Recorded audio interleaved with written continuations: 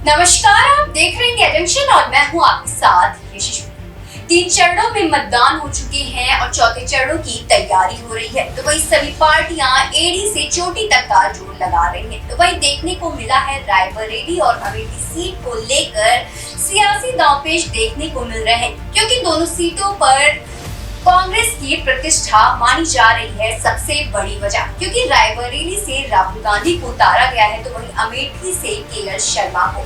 वहां पर क्या सियासी दांवपेच खेले जा रहे हैं, आज हम आपको दिखाएंगे इंडिया जंक्शन के इस खास रिपोर्ट में। देश में लोकसभा चुनाव 2024 को लेकर सियासत गर्म है। राजनीतिक दलों के द्वारा आस्था, जाति, परिवारवाद, विकास जैसे तमाम समीकरण बनाए जा रहे हैं। अगर यूपी की बात करें तो यहां 19 को पश्चिमी उत्तर प्रदेश से चुनाव की शुरुआत हुई।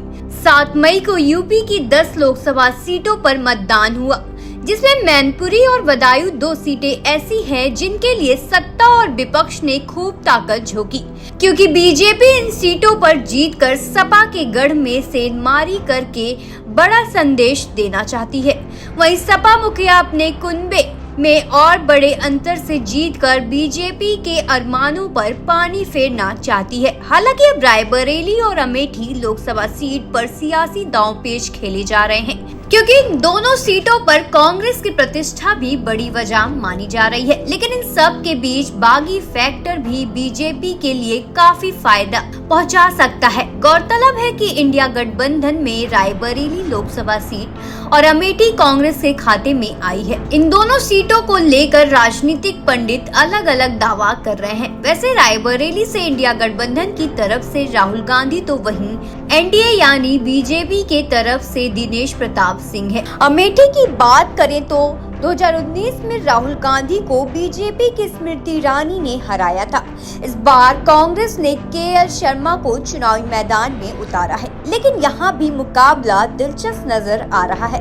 इसकी सबसे बड़ी वजह लोकसभा चुनाव से ठीक पहले राज्यसभा चुनाव में हुई बगावत मानी जा रही है। इसका नतीजा भी ये सामने आया कि सपा के 3 उम्मीदवारों में से 2 ही जीत पाए थे। रायबरेली लोकसभा सीट के अंतर्गत 5 विधानसभा सीटें आती हैं। 2019 के लोकसभा चुनाव में गांधी फैमिली का वर्चस्व टूट गया था। बीजेपी के टिकट पर स्मृति ईरानी ने राहुल गांधी को हराकर भगवा झंडा लहराया था। रायबरेली के बाद अमेठी ही सीट है जहां कांग्रेस परिवार का हमेशा से दबदबा रहा है। 2014 में भी चुनाव में अमेठी सीट पर कांग्रेस के उपाध्यक्ष राहुल गांधी ने चुनाव जीता था। गौरतलब है कि दिसंबर 2017 में राहुल को कांग्रेस का राष्ट्रीय अध्यक्ष चुना गया था। हालांकि 2019 के चुनाव में स्मृति ईरानी ने जीत दर्ज करते हुए इतिहास पलट दिया था। उत्तर प्रदेश के 5वें चरण की 14 लोकसभा सीटों पर 20 मई को मतदान होगा, लेकिन इनमें कुछ सीटें ऐसी रही हैं जिन पर काफी विचार विमर्श करने के बाद प्रत्याशी उतारे गए। बीजेपी में रायबरेली और केसरगंज में नामांकन के आखिरी वक्त में उम्मीदवार फाइनल किए, तो वहीं कांग्रेस ने रायबरेली और अमेठी दोनों सीटों पर नामांकन तक सस्पेंस बरकरार रखा। कांग्रेस ने इसे अपनी राजनीतिक रणनीति का हिस्सा बताया। खबरों से जुड़े रहने के लिए सब्सक्राइब करें हमारा चैनल इंडिया जंक्शन।